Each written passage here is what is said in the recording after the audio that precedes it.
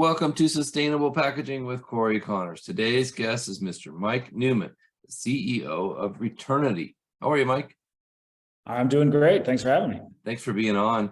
I'm a big fan of your company and what you do. I'm excited to hear about your background. Can you tell us a little bit about how you got into sustainable packaging? Yes, I didn't know I was going to be getting into sustainable packaging, as I suspect is true for many who are in the field. I started more on the advocacy side. I actually spent 5 years in DC working predominantly for the Sierra Club, the big environmental grassroots organization. And after 5 years of kind of seeing us getting our butts kicked by big corporations on Capitol Hill, I decided to kind of play from the other side. I went and got an MBA, and I've been working on sustainability from the sort of for-profit side of the equation since then. Most significantly, I spent 8 years at a company that was called Recellular, which was servicing the wireless industry to facilitate the reuse and recycling of used cell phones. And so running these collection programs, donation programs, recycling programs for everyone from AT&T to Best Buy, Walmart. So that was 8 years where I really learned kind of a lot about logistics, consumer behavior, used products, consumer behavior around used products. And that turned out to be like a really fertile training ground for packaging, where a lot of the same kind of dynamics hold true. And that is such a key point to discuss is the government. And the reason why it's such a challenge to convince the government that we need to be more sustainable is they're being convinced by the other side that doesn't think we need to be more sustainable with packaging. And you're exactly right. This is the push and the pull of what we're talking about here. But I think more and more they're getting on our side here and seeing that it's necessary and important and valuable for companies and large corporations in particular to be more sustainable with packaging. Would you agree that it's going our way? Well, yeah, there's definitely no shortage of attention, sometimes for the better, sometimes maybe a little bit ill-advised, but I think that it's definitely part of the conversation. And it's, regulators, corporate leaders, everybody, everybody is human and also consumers. They're also drowning in cardboard and packaging. It's not like this is particularly activist only visibility. So I think it's for sure packaging is having its moment. What we do at that moment is the big question, but I'd rather be in the conversation than not. Very true. One of my first viral videos on TikTok was, hey, if Amazon would take your old boxes back, would you put them on your front porch? And almost 1 million views later, people were resounding, yes, please take them back, Amazon. We'll give them to you for free. But we just don't want them in our recycle bins. They're taking up too much space. So yeah, well said. Very good. Very important point. So let's talk about your company, Returnity. Can you tell us about it? Yeah, we started out actually as a reusable shopping bag business over 7-8 years ago, mostly making kind of giveaway bags for corporations to use at shows and things like that. Happened to have as a customer ThredUp, before ThredUp was really ThredUp. And James Reinhart, the founder and co-founder and CEO, asked us if we could make him a reusable shipping bag. So kind of went in the lab, figured out a bag. He liked it. He was the first investor. And that investor group spun it out about 5 years ago to focus on shipping and delivery packaging exclusively. That's when I came in as CEO. And so we've kind of been at it as a sole focus for the last 5 years. I think the thing we learned through this journey is that, particularly in the secondary packaging world, but really sort of across the board, it's less a product challenge than it is a systems challenge. Yeah. We're really proud of our innovations in reusable packaging and how we design and produce them. But none of that matters unless they're actually reused. It doesn't.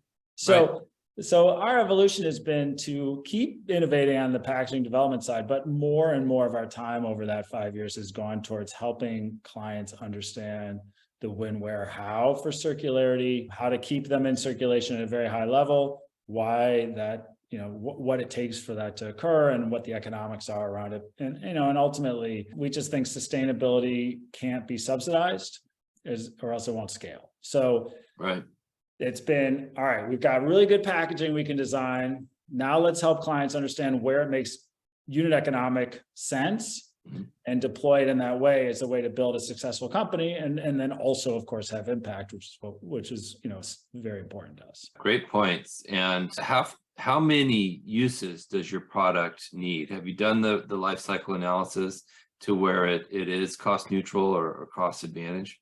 Yeah, I mean, we ultimately got frustrated a year or two ago because we kept seeing all Yeah.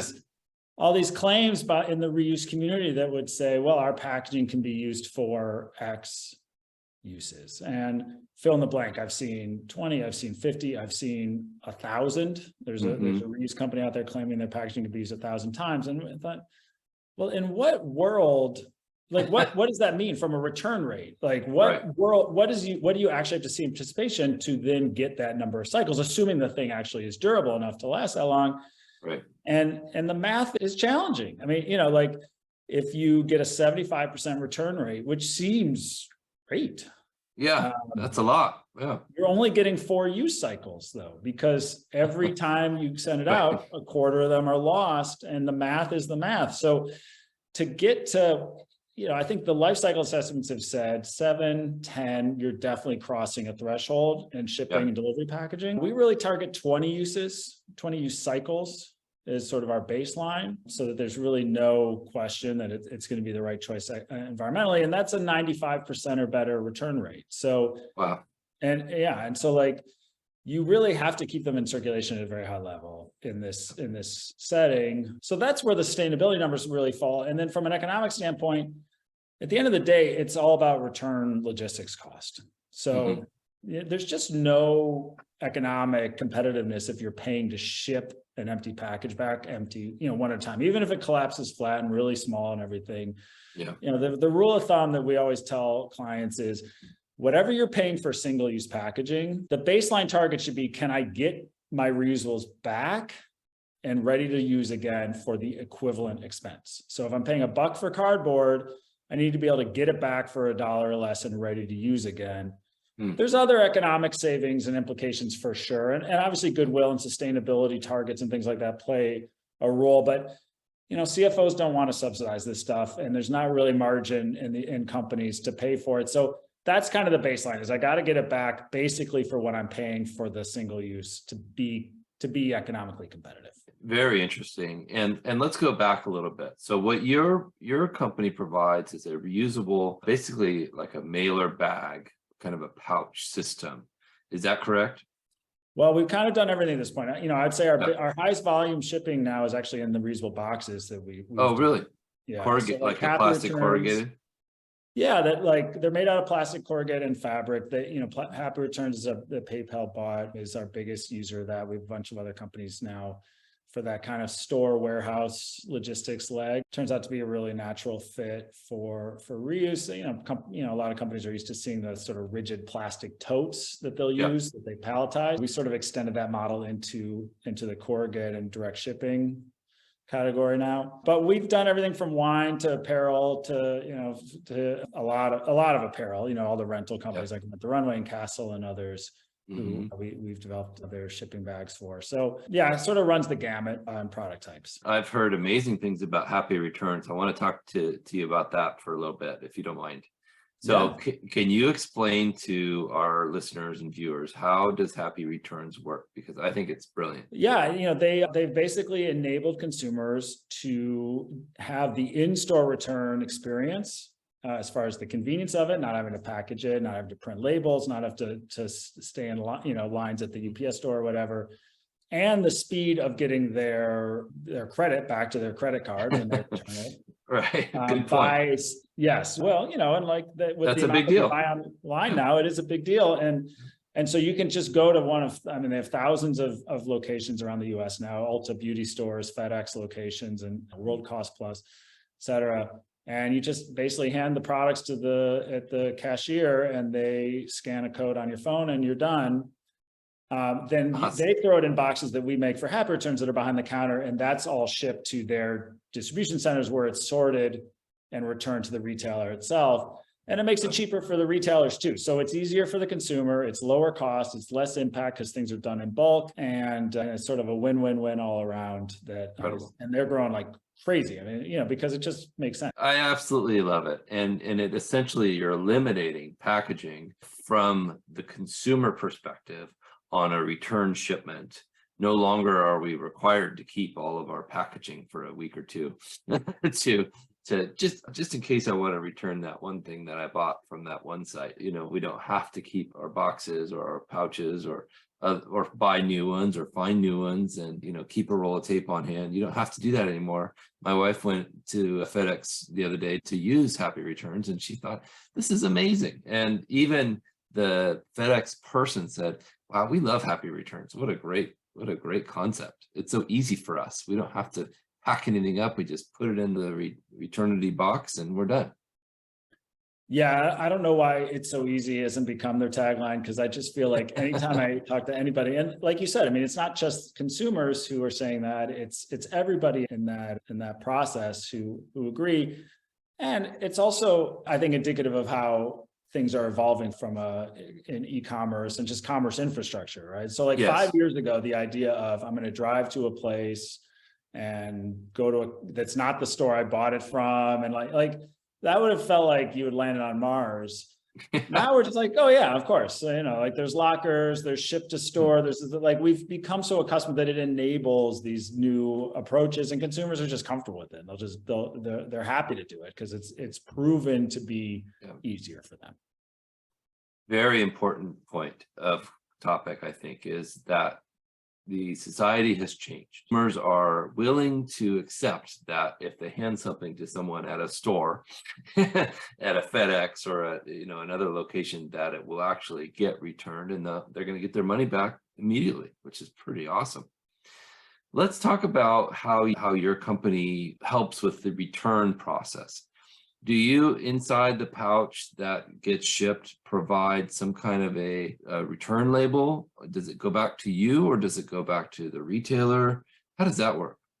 Yeah, we really don't get in the middle because we don't think we add value there. And I think that's still fairly unique in the reusable packaging world. I think most of the companies who have sprung up to try and service this have it be packaging goes to the retailer packs goods, but even, primary or secondary products get to the consumer uses them, they return it to the packaging company for cleaning and repositioning, and then the packaging company. So there's this sort of three legs.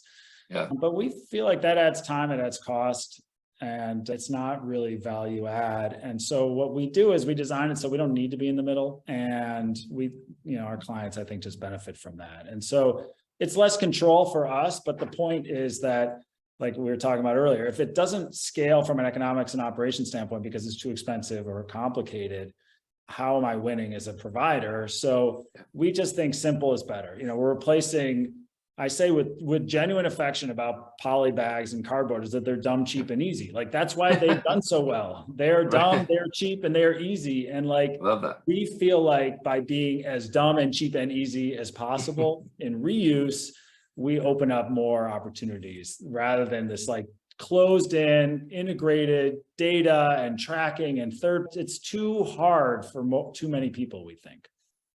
Yeah, well said. Dumb, cheap, and easy makes that could be your tagline, right? I love that. I think it's important to realize that consumers don't demand, but really appreciate that it's easy and simple and obvious, I would say. I read a poll, or I posted about this morning on LinkedIn, about how more than 60% of consumers will buy an item if it based on the fact that it's packaged sustainably, meaning they prefer sustainable packaging. So they will reach out, they will search out sustainably packaged items, which I think is a real selling point for your customers. Well, it's certainly something they have to pay very close attention to, and they're very well aware. I mean, the list of retailers who have made these 2025 pledges about their packaging is pretty remarkable. It's sort of everybody, every brand and retailer you can think of at this point. I think the gap between the pledge and the execution is still quite wide, but like we touched on earlier, if you got boxes piling up on your doorstep and overwhelming your recycling bin. That's not just a true believer awareness. That's a general consumer awareness, and it feels wasteful. And that's an important dynamic to understand. Now, I think the gap between the feeling that consumers are expressing and the execution as it relates to reuse is still quite wide, and something Yes. that I think has been hard for companies to navigate. But the trend lines and the dynamic there is significant, no doubt. Absolutely. And it seems that people, like you said towards the beginning of this show, was that people are getting used to it. They're ready to adapt to this new concept. And, it used to be crazy to bring your reusable grocery bags to the grocery store. Now it's crazy not to, because it costs you 50 cents every time, So it's more commonplace, it's more accepted, it's more the norm. And I think as we continue down this path, companies like yours will be more and more successful. Yeah, I think well, I'm hopeful that's true. I do think it's worth sort of calling out, though, that there is still this big gap. I mean, 75%, as I spoke to earlier, for a reuse rate in what other context could you say we have 75% of consumers taking a pro-environmental action voluntarily, or, maybe with some incentive tied to it? That's a remarkable accomplishment, except in reuse, it's frankly not even close. Like, you have to. It's a fail. Yeah. It's a fail because these are more expensive. They're more environmentally, I say reusables are worse for the planet until they're not, right? I mean, like, that's the mentality that we have to have. Like, you have to use them enough, or else you are not creating a net gain from an impact standpoint. So I think that the challenge here is, like, how do you leverage that motivation and awareness in a way that is true to the problem that we're addressing today? So we want to realize that potential, but we need to do it in a way that's honest and open. And 75% is not honest and open. I mean, that is not success today. So the question then becomes, well, do we keep doing it in that way and anticipate hope that over the coming months or years, the rates are going to go up and up and up, and we've sort of crossed some threshold, or do we not? And how do we be honest about that? Because our view as a company has been that the reuse industry, if we're going to give it that moniker, has kind of tried to, like, hush that part up and not really, like, shine a light on the fact that today there are very few programs where they're getting that 90+% circulation rate that unquestionably puts it in the positive for the planet category, which is different than, like, adding in more recycled content or making it more readily recyclable. Those are wins that happen, that happen sort of from the start, because anything that changes in that sense is a win. But in reuse, like, to justify it, you really have to reuse it. And that gap is where we're the most vocal, because we think that that's just necessary to be able to scale with credibility. Well, thank you for your honesty, and thank you for shining that light on that part of the industry, because it is important and critical to the cause. Are you finding that some of your customers are able to leverage the reusable packaging to create more loyal end users? I think the short answer is somewhat. So I think it's getting there. I think the way that it has been most useful is when retailers and brands are building native programs around the packaging. I think where it's been the least successful is when they sort of added as an opt-in at checkout kind of fork in the road approach. And the reason for that, I think, ultimately, is that trying to change consumer behavior, that's extremely difficult, right? And I think an opt-in at checkout approach ultimately sort of plays out as a bit of a virtue signaling kind of on behalf of the consumer. It's not very deep and it's not very wide. It's sort of like, oh, I can pay a couple bucks extra maybe, or sure, I'll take it in the reusable. That seems like it makes me an environmental hero today. It doesn't necessarily result in enough of as we were talking about earlier, the follow-on behavior, which is what you have to have. Whereas if you're building native solutions around circularity and reuse, where you're really attracting consumers who are seeking out that kind of product or service and being really diligent about that, I think that's where where retailers are doing best with reuse. Well said. And it's important to understand that if the company gives the consumer that choice and the consumer says no, then the company's just like, oh, well, we tried, and whereas I feel like either you're in it or you're not. And I think they should either commit to it or say, no, that's not what we're going to do. Have you had any customers that are providing some kind of an incentive to return the packaging, maybe in a bulk setting, like, hey, bring back 5 of these and we'll give you, $3 off your next purchase? Is that possible? It is, I think that there's a variety of programs that are trying that. I don't think it's been that successful, frankly, in the shipping space, because I think it helps, but it only helps a bit. It's sort of like the way I sort of describe it is that retailers generally have been most interested in switching to reusables for standard e-commerce, which is understandable because it's like where they spend the most on packaging. It's the most visible part of their supply chain. It's where they're getting beat up the most. Regulators are tend to be most focused on it. Like, it makes sense. But what we tell them is like, well, all right, well, now you're trying to solve your hardest problem first rather than your easiest. And, the easiest are the sort of applications where you already have some level of circularity or high level of engagement.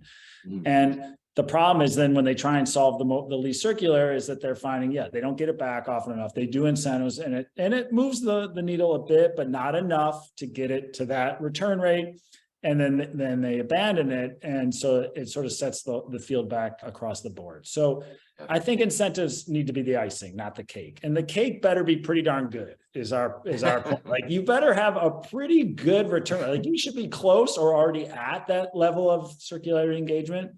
And then you can tweak with like incentives and education and infrastructure, all the things that we're used to talking about in this space to just like optimize. But generally, those things aren't going to be enough to take a low return rate program and somehow magically get it to be viable. Yeah, really important points. And thank you so much, Mike. This has been awesome. Do you have any advice for people that are considering reuse? Is there a atypical customer that you'd like to reach out to from this show? Well, I think that the things that are most important are when you have employee-driven logistics. Those are great applications for reuse because employees can be trained and held accountable in ways that consumers are understandably not as aligned to. I think high frequency, high engagement, that is where we're all seeing the most success. And so somebody going to a website and buying a pair of jeans once a year is a very difficult customer to convert and a very difficult logistics system to convert to reuse. But if you have high engagement, you have high frequency, now you're getting people aligned and consistently engaged on a certain behavior. That to me is where we should be putting our energy. It's certainly where we are as a company, whether it's grocery or apparel rental or store to distribution logistics, like that's where our emphasis has been, and that's been really successful for us. And I think that's what I would challenge brands and retailers who are thinking about this challenge is like, where do you have the most control and circularity already? Build from that, even if it's not where your CFO or where your head of sustainability or CEO had said we want to start. Yeah, well said. And I'm excited to see this trend move forward. Thanks again, Mike. Really appreciate that. Thank you so much for having me. Yeah, thank you, Landsberg Aurora, for sponsoring this podcast. If you're listening, make sure you subscribe so you don't miss the next episode, and we appreciate it so much. Thank you.